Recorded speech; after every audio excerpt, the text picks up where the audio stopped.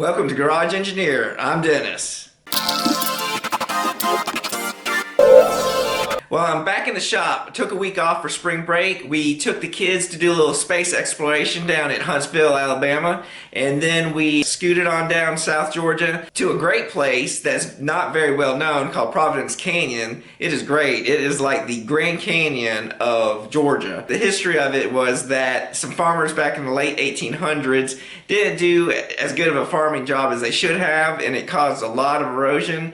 And what we have now is almost, 150 years later, some great terraforming, which basically the land is eroding and it looks very beautiful. I'm a native Georgian and I didn't even know about the state park, and it was pretty wonderful. Not much else around to enjoy, but we made the trek down there and enjoyed it. But for this week's video, I wanted to do a little bit outside. We gotta get ready for the gardens.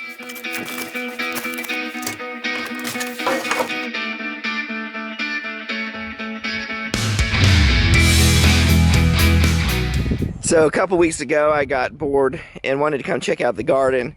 So that's why it looks pretty now. But as you can see a previous video where we built raised bed gardens, and I'll have a link to that up above. But it's been about, I think, 4 years. And for some reason this was all cedar. I didn't go with pressure treated, I went with cedar. But it just rotted really bad. I don't know why. All the corners rotted out. And you can see the board where the moisture of the dirt touched. It's all rotted out. So I did the best I could to support, and it looks really bad, but I did the best I could to support the ends with some scrap wood that I had from another project. Did that with all four corners. Hopefully that should hold for this season. We'll have to decide later how we're going to fix this or what we're going to do. Might try another type by bringing the wood all the way out and connecting it and all that kind of stuff. We can talk about that later. But did want to show you, we got the dirt clean, got all the weeds out, prepped, and then I took some cardboard. Remember the previous video where we did the radiator repair on the 4Runner? Well, this is the box of it. Just laid it out over the dirt, and that is blocking the sun from allowing the weeds to grow. So that's one kind of trick I like to do. Instead of doing weed killer, try to keep chemicals out of the bed as much as possible.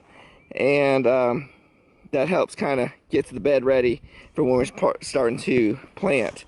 Now, the same day too, I got area for cucumbers.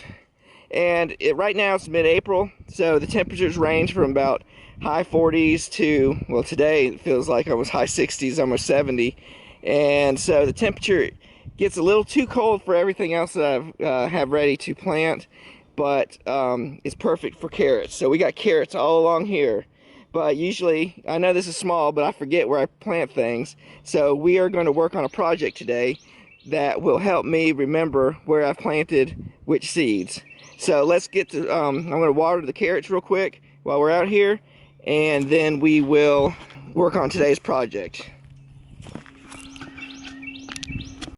This week's project we're going to do is to make these vegetable labels, little sticks I like to make to put in the ground to show where I've placed the beans. Some of them, it doesn't really matter as much, but some of them, like the beans that you individually place, I like to know exactly where I placed them. So I like to make these little markers here to help differentiate where everything's growing.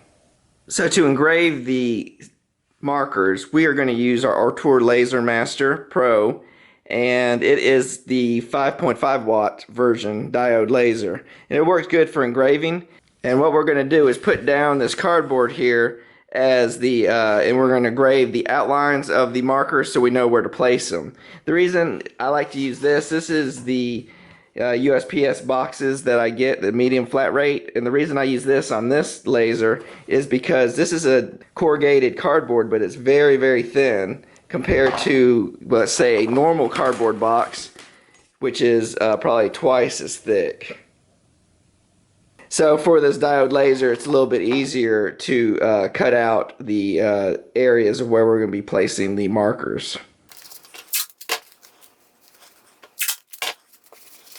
So from the Ortour, the setup we have is my laptop. I love Lightburn. If you don't use Lightburn, you need to get it.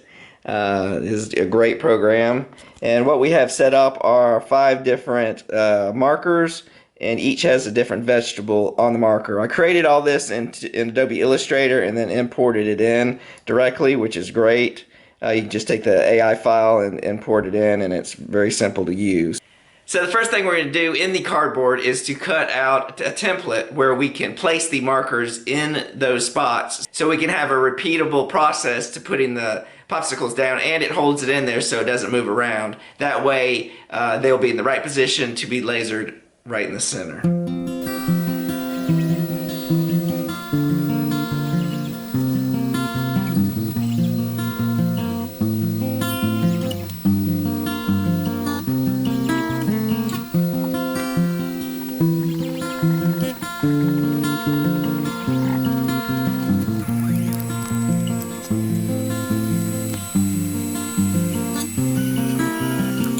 It only took 11 minutes to cut all 5 of these out. This was running with, like I said, the 5.5 watt Ortour laser at 750 millimeters per second at 100% power. So that's plenty to cut through this thin of cardboard. So what we'll do now is we'll just pick the pieces out of the center here. And the reason why it's hard and it's not coming up is because I use spray adhesive to adhere the cardboard to the MDF. So it's not, it cut all the way through, it's just, it is now stuck with the adhesive. So I'm going to get this out, and then I'll bring you back when we've got them all taken out. But basically, let's see if we can get up here. And then up here, this was the edge of the box, so it was double layered, so it probably didn't cut all the way through because since it was 2 layers, I only planned for 1. But not a problem. Let's get this all taken out, and we will go from there.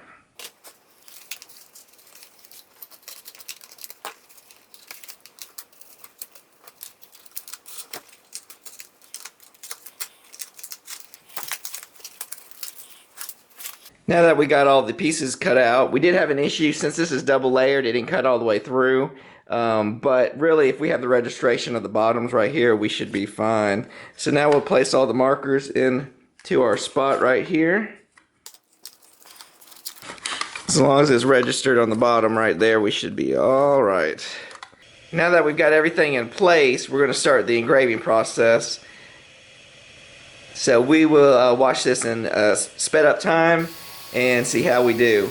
Right now we're running, these are just the fill, and we're doing it at 2,500 millimeters per second at 100% power. And it should take about 13 minutes to do about all 5 of these, but we'll watch the time as we go to see how long it actually takes.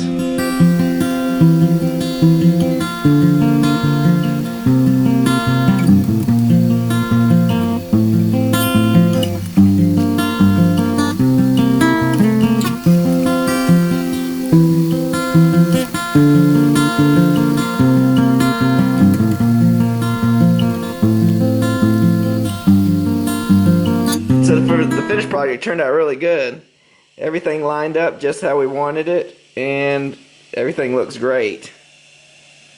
So now we just got to make a few more of these and get them in the garden. And for the total amount of time just to do the engraving part of this is only 12 minutes and 27 seconds. So that's not really bad for doing all 5 of these. And the quality of them was pretty high. You could probably go down a little bit on the DPI's lines per inch, but I think the setting's really good for where it's at. So for the grand reveal of the vegetables I'll be growing in this gardening season are the seeds that I ordered online from Baker Creek Heirloom Seeds, which is I think rareseeds.com is their website address. We've got, this is the free packet of seeds they give you. I don't know anything about them, but I'll give them a try and see what they're like. I got shishito peppers. These are great. I love grilling them with a nice sauce to dip it in.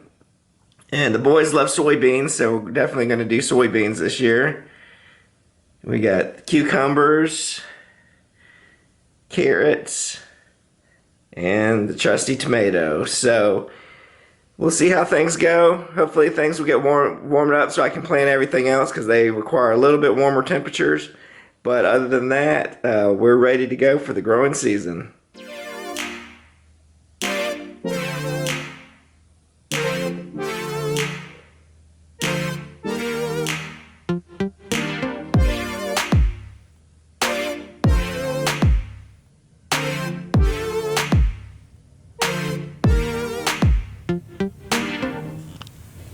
If you're interested in getting a copy of these designs to laser your own markers, go to our website, theGarageEngineer.com, and you can find it all there. If you're interested in purchasing these markers, they'll also be on the website. And your purchases will help make future build videos. Remember the ABCs of making. Always be creating. Till next time.